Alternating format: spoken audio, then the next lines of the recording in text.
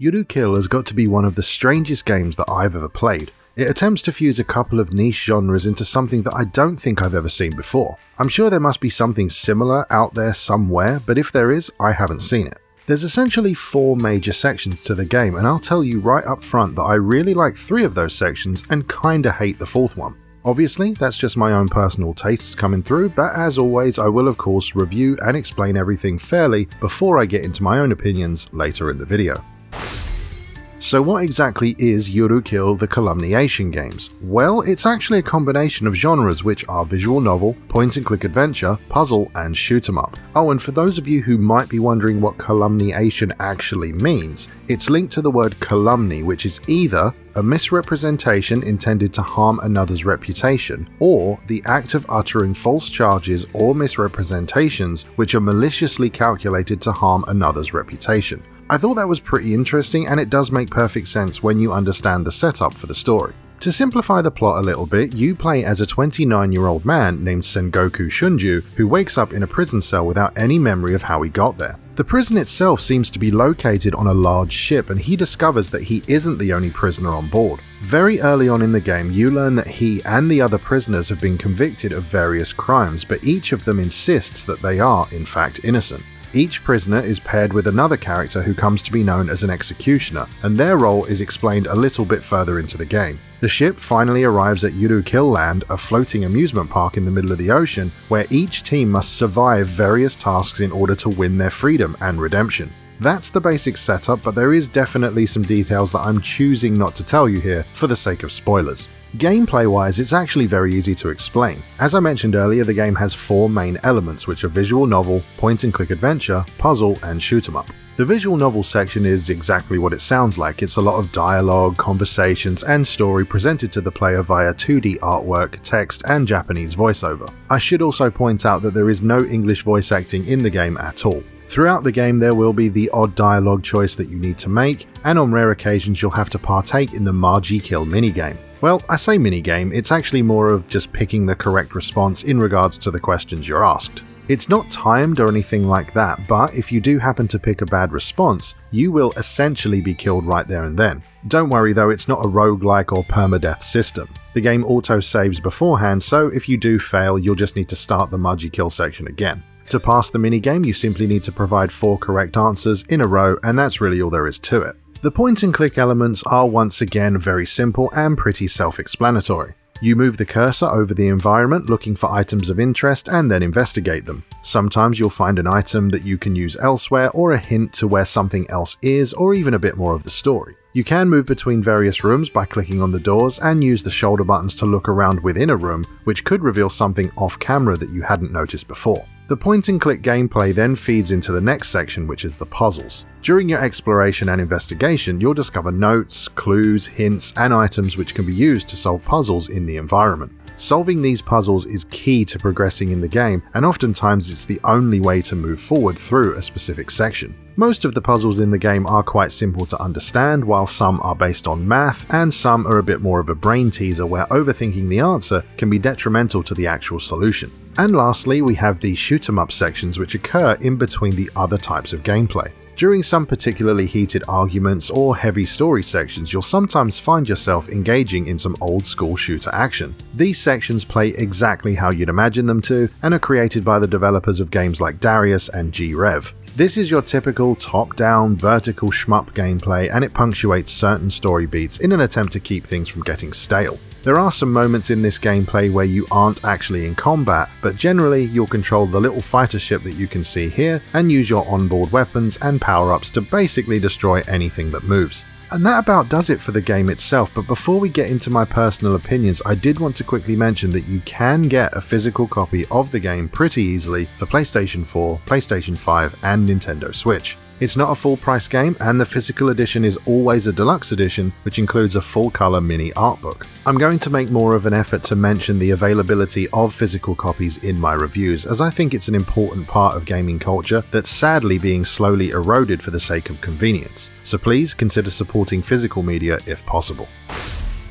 So then, what did I personally think of the game? Did I enjoy it? Well, yes and no. To give you a sort of overview, I'd say that the story was really interesting to me. I thought the characters were pretty well written, the point and click stuff was fun, and the shoot 'em up sections were great. Plus the visual novel presentation was very well done. However, it's the puzzles that really hurt my personal enjoyment of the game. As always though, I do want to be fair, I'm really not much of a puzzle game person. Very rarely have I ever enjoyed puzzles in video games. There are a few exceptions, things like Puzzle Quest for example, but generally when puzzles are put into a game and progression is gated behind them, I find it very frustrating to deal with. Another example would be Immortals Phoenix Rising. I was absolutely loving that game when I first got it. The visuals and the combat were great, but it kept slowing me down with puzzle after puzzle after puzzle, and in the end I just stopped playing it about halfway through and never went back. Now, obviously the world doesn't revolve around me and what I want. I've said that before and I do mean it. If you're someone who enjoys puzzles in games or just doesn't mind them one way or the other, then I would have zero problems actually recommending the game to you overall.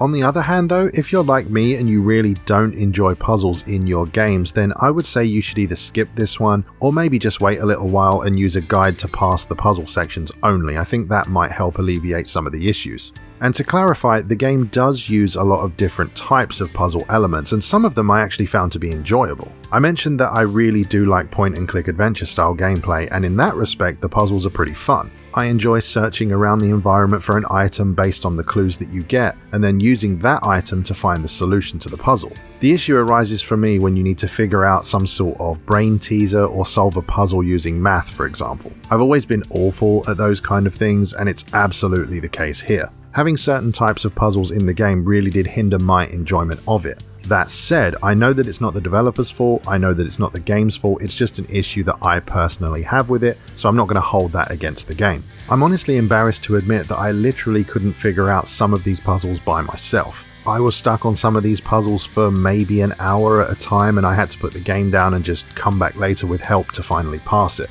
I guess you could say that these puzzles were literal sticking points for me, and it did bring down my overall enjoyment of the game. I think that if I knew exactly what was going to be in this game before I played it, I don't think I would have bought it. Obviously I was given a review code, so I didn't actually have to pay for it, but even so, this is not a game I could recommend to someone like myself, someone who doesn't really enjoy the puzzle side of things. The thing is though, if you do happen to enjoy puzzles in your games, and you like the other elements as well, I think you'll honestly have a really good time with it, because overall, I do really think it's a good game. I can't really comment too much on the characters and the story for obvious reasons, but I will say that I enjoyed it and the whole mystery had me intrigued throughout. There were a few times when a revelation was virtually spoon-fed to us as the player, but the character on screen didn't really pick up on it until a little while later. I feel like it's better to let us get the reveal at the same time as the character we're playing as. If you're paying attention, you can kinda see some of the reveals coming, but then soon after that, a character on screen presents that reveal to our character and he's like,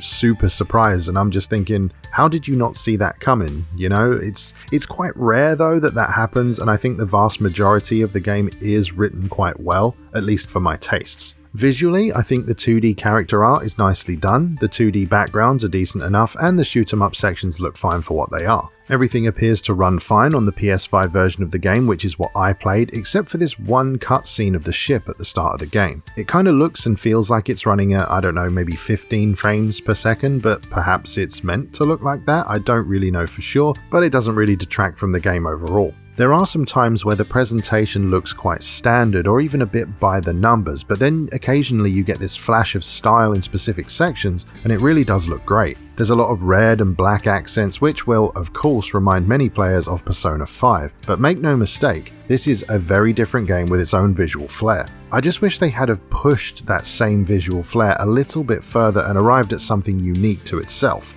I don't think what's there is bad at all, it's pretty good in fact, but I get this feeling that it was close to finding its own identity and unfortunately stopped just short of the mark. In my opinion, Yurukill is an amalgamation of genres that work surprisingly well together. I mean, sure, I didn't personally like some of the puzzle elements, but I would guess I'm in the minority on that one. The game is absolutely solid though, it's got an interesting and mysterious plot, unique anime characters that really stand out, good artwork and art direction, engaging point and click gameplay, some well crafted shoot 'em up sections and a great soundtrack. Ultimately, I think your experience is going to be determined by the genre of games that you're into. For example, if you like puzzle games but don't like visual novels, then this may not be the game for you. If you love pure visual novels but don't like shoot-'em-ups, again, this may not be the game for you. There's just so many variations that it's actually harder than I thought it would be to give it a full recommendation. However, with all of that said, if you're just looking for something a little bit different, you're okay with this mix of genres, and you take what I've said throughout this review into consideration, then I honestly think you're going to have a pretty great experience. If you enjoy the video, I really hope you'll consider subscribing, and if you like what I do and want to help support the channel, please check out the first link in the video description down below. Thank you very much for watching, and I'll see you next time.